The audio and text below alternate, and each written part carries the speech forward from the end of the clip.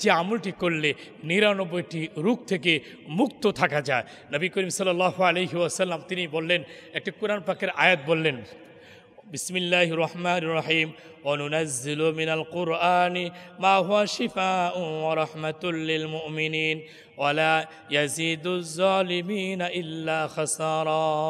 এই কোরআনে এমন কিছু মুক্তি মুমিনদের জন্য, এই কোরআন হচ্ছে মুমিনদের জন্য শিফা স্বরূপ, মুক্তি স্বরূপ, কিন্তু জালিমদের জন্য শুধু ক্ষতি ক্ষতি ক্ষতি ক্ষতি রয়েছে জালিমদের জন্য। কিন্তু এই কোরআনে এমন কিছু আমল, এমন কিছু দোয়া, এমন কিছু আয়াত, এমন কিছু বাণী এই কোরআন পাকের মধ্যে রয়েছে, তোমরা যদি এই কোরআনের ওই আমলগুলো তোমরা করে থাকো, তোমরা 99টি রোগ থেকে তোমরা মুক্ত থাকতে পারবে। একটা বলছেন যে ওয়াশিফাউল লিমা ফিস সুদূর, আমার প্রিয় নবী বলতেছেন ওয়াশিফাউল লিমা ফিস সুদূর, ওয়াশিফাউল লিমা ফিস সুদূর, ওয়াশিফাউল লিমা ফিস সুদূর। তোমরা কমপক্ষে 5 ওয়াক্ত ফরজ নামাজের পরে তোমরা এই দোয়াটা পড়বে, ওয়াশিফাউল লিমা ফিস সুদূর। এটা 101 বার তোমরা তেলাওয়াত করবে। 1 নম্বর আমল নবী বলে দিলেন।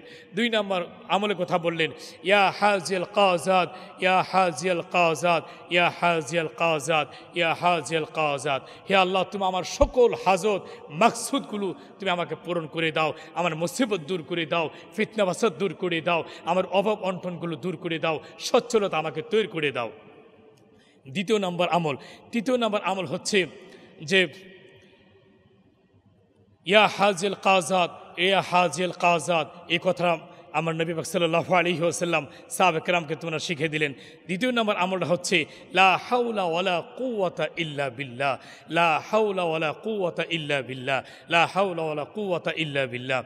বা এটা আস্তাগফিরুল্লাহ রাব্বি মিন কুল্লি জামবি ওয়া আতুবু ইলাইহি লা হাওলা ওয়ালা কুওয়াতা ইল্লা বিল্লাহিল আলিয়্যিল আযীম। এটাও পড়া যায়। এবং যদি ছোট্ট করে বলতে চান, লা হাওলা ওয়ালা কুওয়াতা ইল্লা বিল্লাহ, লা হাওলা ওয়ালা কুওয়াতা ইল্লা বিল্লাহ।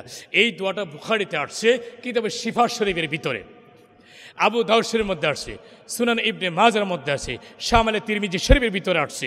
হাদিস নাম্বার দেখেন, হাদিস নাম্বার বুখারী শরীফ 128 নম্বর হাদিস, কিতাব শিফা শরীফের ভিতরে, তিরমিজি শরীফ হাদিস নাম্বার 2639 নম্বর হাদিস, মিশকাত শরীফের 2য় খণ্ড 23 নম্বর হাদিস, এবং বুখারী শরীফের আরেক জায়গা 6409 নম্বর হাদিস। কিতাবের শিফা শরীফের ভিতরে আপনি এমন একটি দোয়া আছে, আমল আছে, যে আমলটি করলে 99টি রোগ থেকে মুক্ত থাকা যায়। এই আমি কয়েকটা কিতাবের নাম থেকে বললাম, এই আমলগুলো আপনারা করবেন। আর বেশি বেশি নবী পাক বলতেছে, তোমরা লা হাওলা ওয়ালা কুওয়াতা ইল্লা বিল্লাহ, লা হাওলা ওয়ালা কুওয়াতা ইল্লা বিল্লাহ, আস্তাগফিরুল্লাহ, আস্তাগফিরুল্লাহ, আস্তাগফিরুল্লাহ, আস্তাগফিরুল্লাহ।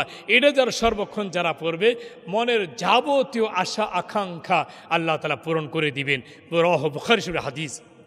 আসুন না বন্ধুরা, আজকে আমরা জানতে পারলাম যে 99টি রোগ থেকে মুক্তি থাকার যে দোয়া, মুক্ত থাকার যে আমল, এগুলো আমরা কিতাব থেকে, আমরা নবী পাক সাল্লাল্লাহু আলাইহি ওয়াসাল্লামের হাদিস থেকে আমরা জানতে পারলাম। আল্লাহ তাআলা আমাদের এই বিষয়টি প্রত্যেককে আমল করার তৌফিক দান করুন। আমিন।